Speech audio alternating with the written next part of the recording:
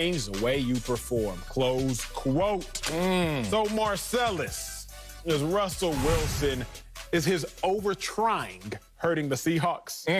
Yes, it is. And I warned you. I told you when Russell Wilson was going out there playing perfect football that it couldn't last, it wouldn't last because of all the pressure on him with the surrounding issues.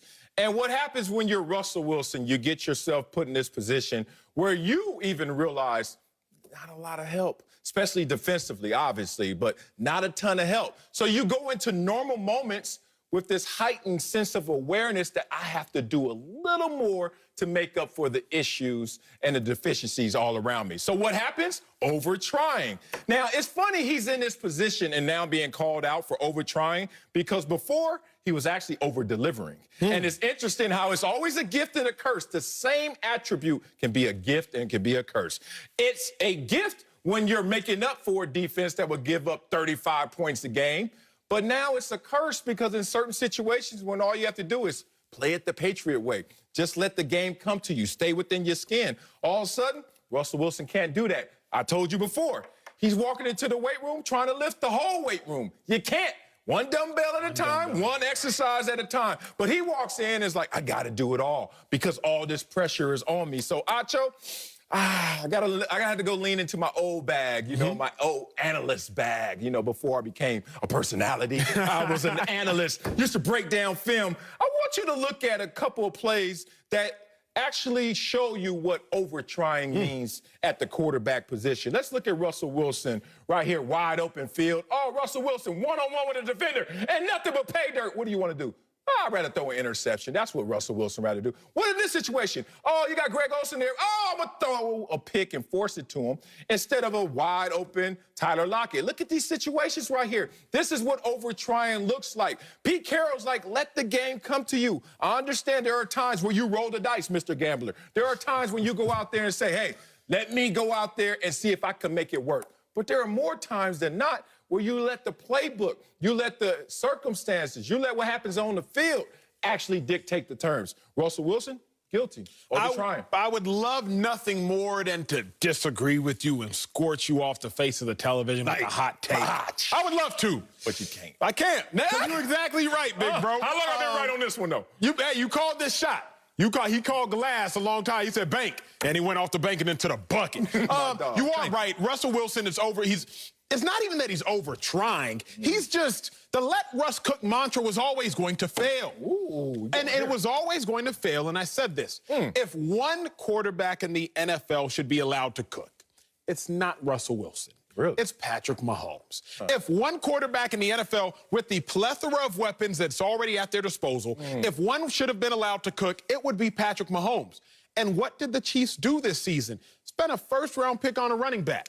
What did they do during the season? Went and got the best running back in the last 10 years in Le'Veon Bell, statistically speaking. How, if the Chiefs have a chef that should be cooking, they're like, you know what, we're not going to let you cook. That's not the wisest thing in the world. We're going to go get you help. Why are the Seahawks, who actually have a quarterback who shouldn't be cooking as much as other teams, why are they going to let him cook? Now, the only defense I will give Russell Wilson is, what's their other alternative? If Russell Wilson isn't going to go out there and do it, then who is? But let me tell you how and why it's killing him. Chris Carson, running back for the Seahawks, been hurt the last 3 weeks. So, okay, we don't want to look at the last 3 weeks. First 6 weeks, he only had 66 rush attempts this year. First 6 weeks of 2019, he had 118 rush attempts. Chris Carson, last year, same running back, same dude. Last year, finished 5th in the NFL in rushing. Averaged 4.2 or 4.4 yards a carry. This year, he averages 4.9 yards a carry when he's been on the field. He's actually been a better running back, but he's not getting the carries. 2 years ago, the Seahawks had the best running game in the NFL. Last year, I believe they had the 4th best running game in the NFL. Right now, they sit at 14th.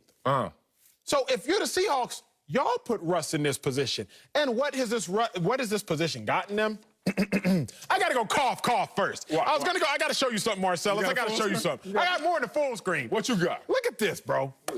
Carson Wentz, his biggest stretch of giveaways, his 4-game stretch of giveaways, he gave 8 away from weeks 5 to week 8. Week 1 to week 4, Carson Wentz, 8 giveaways. But Russell Wilson, the last 4 games, Marcellus, 10, I just had to let you and America know Russell Wilson is being, like, historically bad. What's weird about us and Russell Wilson, when he does things great, we're like, oh, my God, great job. But then when Russell Wilson ever makes a mistake, we're like, we didn't say, no. Seahawks fans need to see this. This over-trying is hurting the Seattle Seahawks. Yeah, only thing is, take me out of that because I'm not a part of that pronoun. I've been on Russell's head all the way through because I just didn't want him to be set up to fail. And he was set up to fail. How was he set up to fail? Well, the defense. We knew that the defense wasn't going to be that good this year. They're playing into that exact same mantra. We're talking about the offense in terms of what they can do in production. And I told you, 2017, when they let Russ cook in terms of his production, in terms of his attempts, they saw the worst success. But then they looked around this year and they said, man, last year we had the running game going. But then the injuries to the point we had Marshawn Lynch in the playoffs. Come on, y'all. We can't go with the running game as our priority. Let Russ cook is a hashtag. It's kind of catchy, and it makes a lot of sense with our defensive issues and our running game letting us down when we wanted them to be reliable. So then you get into a situation like this. And to really dig into what you said, not just the last 4 weeks, 10 turnovers, 7 interceptions, including 3 in the end zone. Can't do it. That's 21, maybe 24 points. It's Doug Peterson's coach. 24 points potentially lost because of Russell Wilson. And I am not putting this on Russell Wilson. I'm putting this on the circumstances that were created around Russell Wilson because of their coach. And it's amazing that coach doesn't go out there and give you the credit for really lifting all the boats, lifting what the running game's not doing, lifting what the defense is not doing.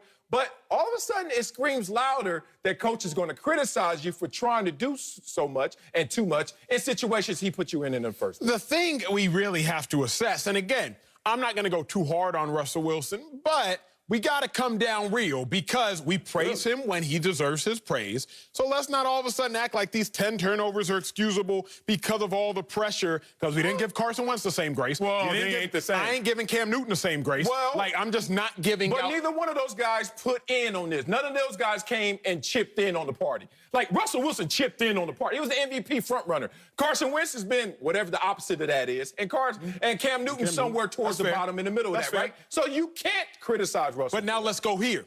Russell Wilson, first 5 games of the season, starts off 5-0. Beat the Falcons. Falcons, we know, bad team. Beat the Patriots. Patriots, we know, not a great team. Beat the Cowboys. Bad team, even with Dak Prescott. Beat the Dolphins, pre-Tua. I mean, not a bad team, but like not a great team. Beat the Vikings. Not a great team. Now the last 4 weeks, what have we seen? They lost to the Cardinals. Cardinals, we know, are a playoff team. Lost to the Bills, playoff team. Lost to the Rams, playoff team. They beat the Niners in there somewhere. I just got to the point, Marcellus, where you have to ask yourself, because you are right, Russell Wilson was the MVP frontrunner through 5 weeks against Falcons, Cowboys, Vikings. I mean, he was. But there comes a point where we really have to assess and say, man, were we bamboozled? And we're Seahawks fans to a degree bamboozled, because I don't know if this let Russ cook mantra, had the schedule been reversed, if it even would have got off. The manner in which it had got off. Golly, I love an Acho week 6 take and week 10. You know why? Because it's going to sound different than week 1. Because, boy, you over here fully now. What I was saying, why do we have so many segments of you arguing me? What are you talking about? He's killing him. He's Russell Wilson. I was like, he's not only been here before 3 different times in his career, but he's going to do it again. It's just a setup for disaster. So with friends like you, Acho, who needs enemies? Because you're going to flip on them anyway. Wait. I feel like it's with enemies like me who needs friends. Because technically I started off as enemies, but I'm your dog right now on this side. So with enemies like me, who needs friends? But what? Thank